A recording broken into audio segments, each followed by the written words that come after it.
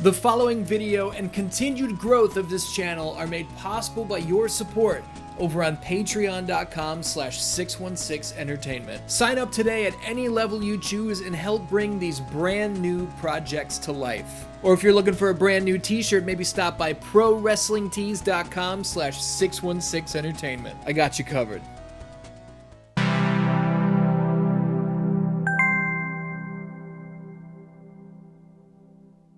On the last episode of Triangle X Squared Circle, we dove deep into WWF RAW, the first wrestling game ever released on the Xbox. With a brand new next-generation console came a brand new set of promises. At the end of the day, many of those promises were broken. The game initially advertised blood, a story mode, and more features that were just not there upon Raw's release. The gameplay was limited and clunky. There were 0 gimmick matches to choose from and literally 1 arena to wrestle in.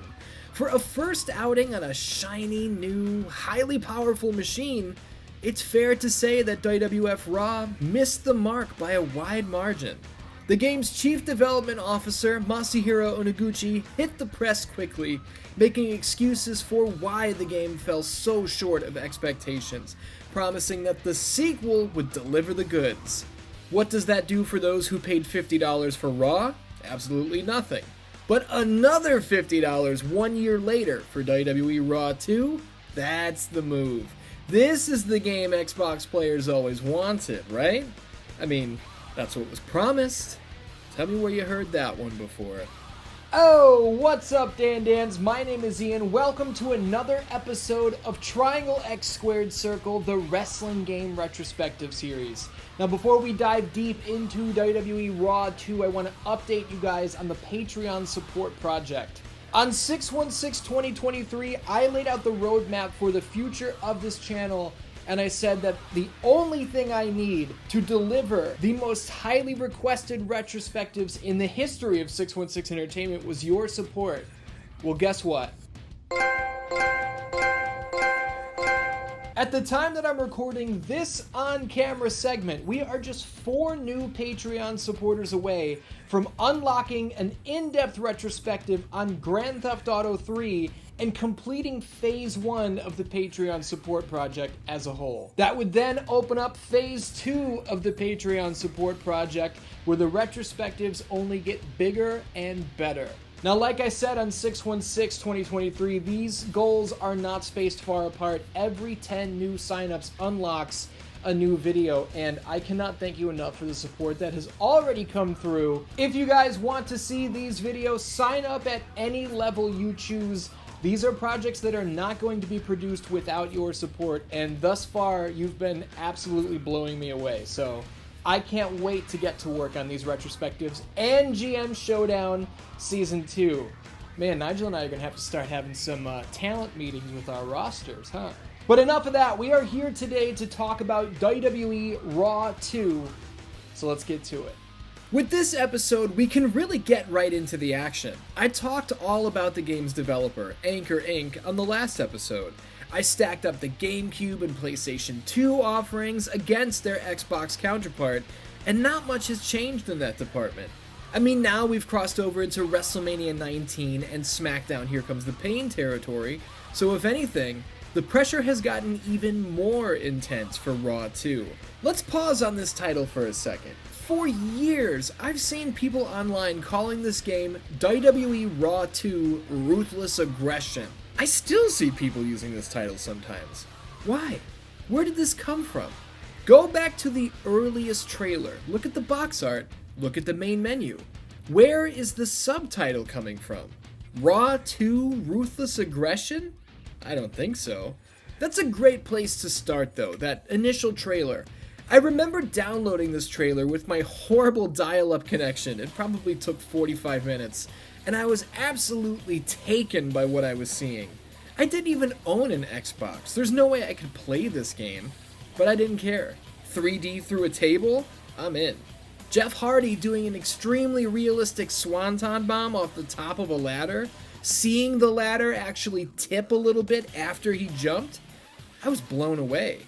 I was a PS2 kid. I was eating well with Shut Your Mouth and Here Comes the Pain. But as a wrestling fan and avid gamer, there was never enough. Seeing Hogan, Hall, and Nash in their NWO gear, getting a look at the SmackDown arena for the first time here on the Xbox, it looked like Anchor Inc. really stuck to their word regarding the variety missing from the first game. Later trailers showed off Hell in a Cell, they showed ladder matches. Is that an updated arm-painted Jeff Hardy model I see? Holy hell, I remember thinking this looks good. If you had an Xbox in 2003, you were pumped. There's no way around it. But hype doesn't always pay off. Now before we dive deep into the gameplay and features, let's get this out of the way at the top. Everything that I was excited about from that initial reveal trailer is not in the game. The NWO of Hogan, Hall, and Nash, you can't pair them up. Scott Hall was removed from the game before release. That amazing Jeff Hardy model with the arm paint and the face paint, not in the game. Jeff Hardy was cut from WWE RAW 2. The black and blue SmackDown arena, cut from the game. The swanton from the very top of the ladder, and then the ladder tips when you jump from the edge. Not possible in the game. The 3D through the table, I've never seen it pulled off. It's almost like Anchor Inc. made a ton of promises pre-release, and those promises seem to be broken. Are we in for a repeat offender here? The short answer is yes and no. To get into detail requires the long answer. Luckily, this is an in-depth retrospective, and the longer answers are kind of what I specialize in. First, as usual, I'd like to start off with some positives. One of the worst offenses of the original Raw was the dearth of special match types. Raw 2 delivers the goods, and it delivers them well. Hell in a Cell? Yes. Ladder match? Yes. Table match? Yes. Cage match? Yes. Royal Rumble? Yes. Buried Alive? Nope. Hey, but that's alright. This is major progress either way. Let's go in depth. Hell in a Cell used to be the coolest match out there, man. It still was at the time Raw 2 came out, and Raw 2 does the cell justice. The structure is gigantic, first of all, which is insane. Can we break through the roof and crash into the ring? Absolutely.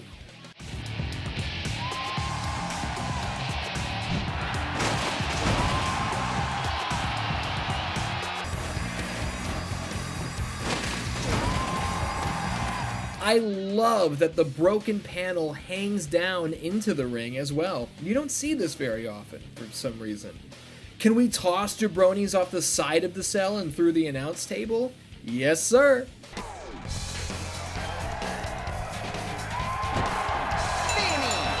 Now, did I know the referee was going to end the match off that bump? No, I didn't. I don't know why he did that. That's very annoying. But hey, what a bump, right?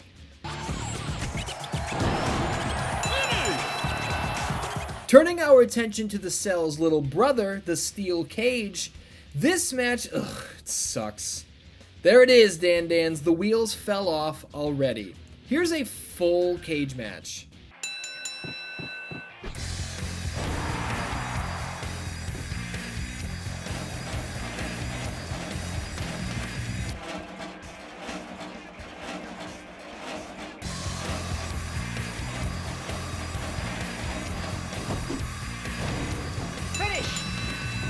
That's it.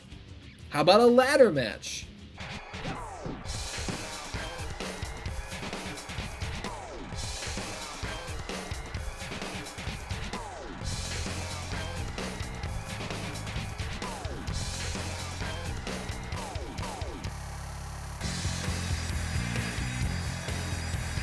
This game sucks, guys. It does. This game kinda sucks. Is it better than the original Raw? Yes. But that's not saying much. You know, there were those of you in the comments of the last episode on WWF RAW that said, you know, this game isn't great, but Raw 2 is amazing. Raw 2 holds up just as well as SmackDown Here Comes the Pain. No, it doesn't. No, it doesn't. This game is nowhere near the same conversation as SmackDown Here Comes the Pain. Raw 2 is nowhere near the conversation of WrestleMania 19. Now, some of you may be very upset that that's my opinion on Raw 2, and that's okay. I have footage to back up literally everything I'm saying. I'm not making any of this up. What you're looking at now is gameplay footage of SmackDown Here Comes the Pain. I'm playing as Matt Hardy. The game is tight, it's snappy. The AI is smart, it's aggressive but cunning. They catch me sleeping every once in a while. Now let's look at some untouched gameplay from Raw 2.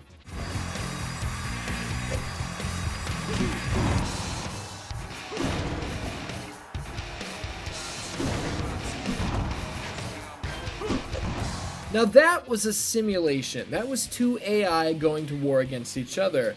Maybe that's a recipe for disaster, even though there's really no excuse for that. Let's chalk that up as a loss and look at me going one-on-one with the AI.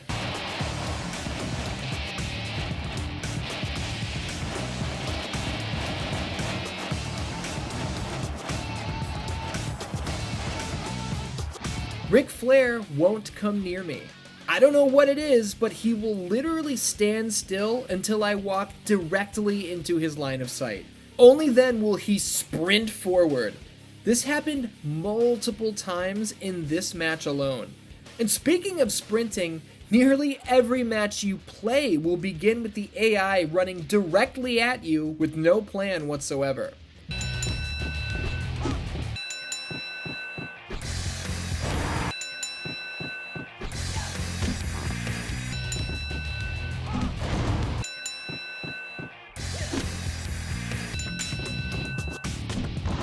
The ladder match I played against Devon Dudley, he took one step on the ladder and then simply stopped moving. I tried to convince him to go higher. I tried to remind him we were having a match, but he wasn't interested.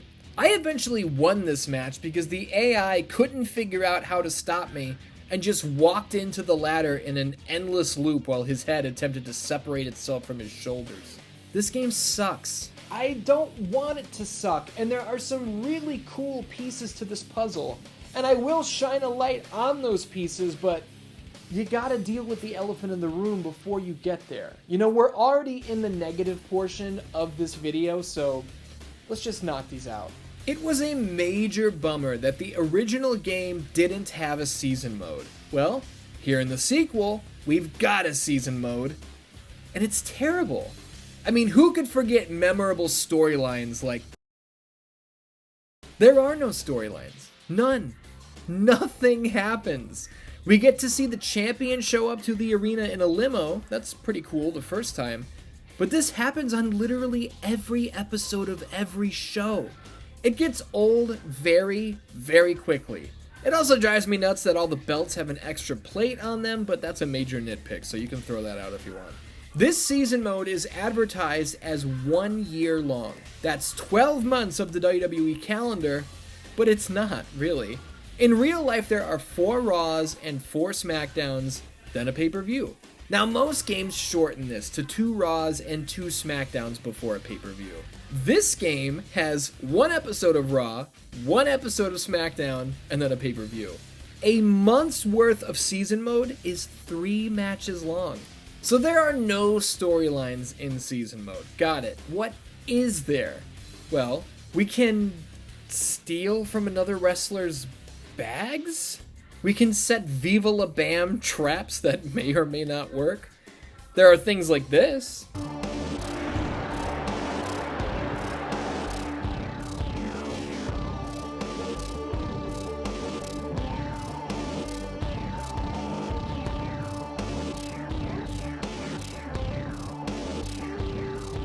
Alright, match announcement for what? What match was announced? GM request card. What the hell is a GM request card? This season mode is terrible, guys. Clearly, there are no voiceovers in season mode, and there's also no commentary during matches. None. At all. There are ring announcers, though. We've got Howard Finkel, weighing 275 pounds, The Rock, and some woman. Who is this? And introducing the opponent from Yonkers, New York, weighing in at 334 pounds, Tommy Dreamer. This isn't Lillian Garcia, that's for damn sure. Weighing in at pounds, John Cena. Did she say John Cena? John Cena. Who is John Cena? You have a big mouth, John Cena. Listen to the referees. 1, 2, 3, pinfall. 1, 2, 3, pinfall. This has gotta be some sort of joke, right? But that's not even the craziest one. Check out the Royal Rumble. Eliminated. What is happening? What is going on here? Does this game take place in the same reality as the one that we live in, or is this some strange multiverse sort of situation?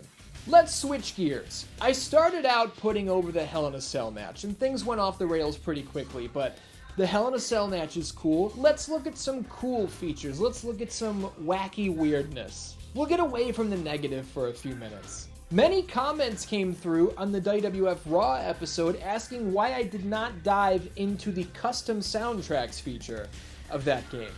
And that's easy to answer. The short version is there are no custom soundtracks in WWF RAW. That feature debuted right here in RAW 2. The first experience I had with this game came at a friend's house back in the fall of 2003. Scott Spice was his name. He and his brother Ray had an Xbox. They had a copy of RAW 2. A bunch of us threw these ragtag, quick, created wrestlers together, and we had a ladder match. Let's talk about create a wrestler first, ladder match story after.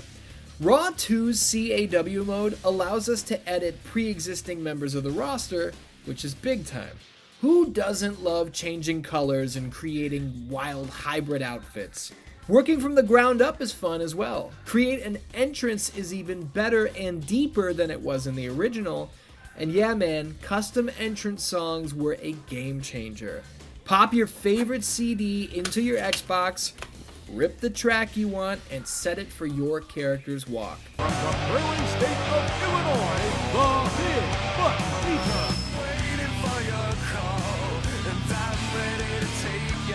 Come on, dude.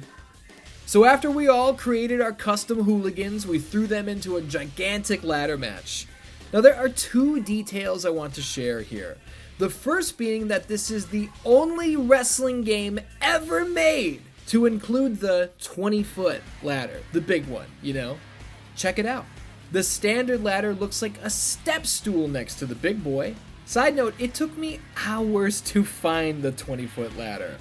You don't start with these. They're randomly generated by grabbing weapons from under the ring. It took so long to find this thing that I started to wonder if my memories of seeing it were a dream or some sort of false memory. But no, I found it. Thank you, Lita. The second part of this story comes into play with the finish. I climbed a ladder and jumped up onto the line holding the belt above the ring. My buddy Scott climbed the ladder. He jumped, and then he was hanging. And that was it. We couldn't figure out what to do. We tapped buttons, nothing. We pressed each button individually, nothing. Eventually, we put the controllers down, we all went outside, we grabbed our bikes, and we rode all around the neighborhood. 2 hours go by. We're out being hoodlums. Eventually, we come back to Scott's house. We went into the room where our characters were still hanging from the belt. This is a true story. I'm not kidding. Also, I got in trouble that night for calling home to let my parents know that I was on my way back. It was dark out. I figured that they would like to know that I was on my way. So I pick up Scott's phone, back when the phone was on the wall and had a cord attached to it. And I called home and I said, hey, I'll be there soon. And I got screamed at. My parents didn't know where I was all night. Now, that's not my fault. I did what I always did. Everyone was out in the street in front of my house. I shouted, hey, going to Scott's, I'll be back later. They didn't hear me. So we go to Scott's house. I call home, say, hey, I'll be there soon. And I get in trouble? I get grounded? It was garbage then. It's garbage now. And I'm still not happy about it. Anyway, why does Rey Mysterio look so bad in this game? What is this? Look at him in the pre-release trailer. What happened? You know what's cool? We can choose a referee. And they're the real WWE referees of the time. Earl Hebner, Tim White, Mike Chioda, Nick Patrick, so on and so forth. This didn't last long. Like, you're tied down at WWE. You couldn't get royalties off of video games because they wouldn't let us in the video games. Yeah. They let me in for a little while, and then once I was talking about, okay, where's my royalties? They took me right out of the game. Nowadays, their faces are censored out of the game, so WWE doesn't have to pay them royalties, which is classy. I find it funny that a Money in the Bank ladder match is technically possible here, years before the 6-man ladder match made its debut at WrestleMania 21. That's points for creativity in the matchmaking. I mean, seriously, we went from 0 gimmick matches to being able to throw together an Armageddon Hell in a Cell. Are you nuts? That's worth celebrating. How about another one? Check it out. More arenas. We got the big old SmackDown fist, the gigantic King of the Ring electric chair throne thing, the backlash swinging hooks, Judgment Day's weird stage, whatever the hell is going on here. That's more major improvement over its predecessor. Breaking the Hell in a Cell door open isn't a triggered canned animation. Sometimes it seems to open up by itself. You can only climb to the top if you're standing right next to the door though. What, you thought you could climb literally anywhere in this gigantic structure? What, are you crazy? It drives me nuts that we see champions arrive to the arena with their belts over their shoulder, but they don't come to the ring with them. I guess they leave the belt backstage for safekeeping. I don't know. I remember ages ago reading IGN's review of the game where they mentioned that doing moves off the top of a ladder is one of the most fun parts of the entire package. Good luck with that. The AI is too stupid. You'll never be able to pull it off. And you know what? I have to call something out really quick. Aaron Boulding wrote IGN's review of WWF RAW, the original game. He gave it a 9.1 out of 10. Now, obviously, reviews and scores are just opinions. That's fine. I think a 9.1 is mentally insane, but hey, just a difference of opinion. What's not a difference of opinion is this. Why did Aaron enlist the help of the game's chief development officer in writing his review of RAW 1? What the hell is this about? You don't go asking Ken Levine for help reviewing BioShock. You're not going to ask Neil Druckmann, hey, what should I be thinking about The Last of Us? This is very odd. It's made much worse by the fact that Aaron's review mentions the Royal Rumble match and arena when there is no Royal Rumble match or Royal Rumble arena in WWF RAW. IGN's WWE RAW 2 review was also written by Aaron Boulding, and he gave it the exact same score, a 9.1 out of 10. As you might imagine, nobody else in the industry liked this game nearly as much as dear old Aaron.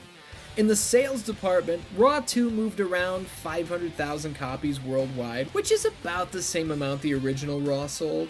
The game's developer, Anchor Inc., would never release another game, bringing their short life in the video game scene to a close. In 2 titles exclusive to Microsoft's Xbox, in my opinion, WWE was 0-2.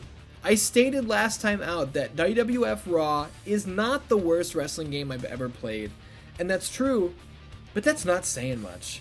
WWE RAW 2 definitely offers more variety, and it's not as difficult to land a strike or grapple move, but that's not really saying much.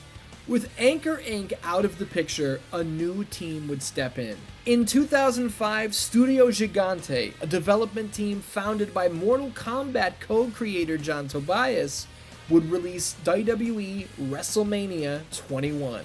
The third and final WWE game to launch, exclusive for the Xbox. Could the third time be the charm, or were Xbox gamers in for the worst offering yet? We'll find out next time. Oh, there it is. That's my retrospective on WWE RAW 2. Some people call it Ruthless Aggression for some reason, because that's not the title of the game. I hope you guys enjoyed this video, and some of you are probably mad at me because I know some of you really like this game. That's okay. I'm not trying to change your mind. I don't need you to feel the way that I do. If you like this game, I'm happy for you. With 2/3 of WWE's Xbox Trilogy in the books, next time out we'll wrap it all up with WrestleMania 21.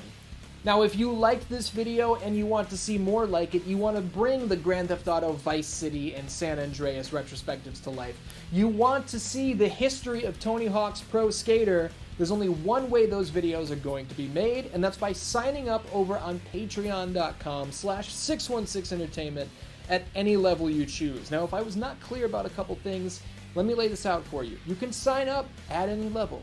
The cheapest level or the most expensive level, they both count the same amount. The other thing is this, and I didn't know that I had to clarify this, the videos that get made will be posted on YouTube for everyone, but they will not be made without the support coming through with new signups over on Patreon. Once they're made, they will not be locked behind a paywall. Now, a lot of channels don't do it like this. A lot of channels will make those videos and lock them behind that paywall because that gets more people to sign up. I don't really like paywalls, so these videos will be public. A lot of channels don't do it like this because it allows a viewer to go, somebody else will sign up. I don't have to.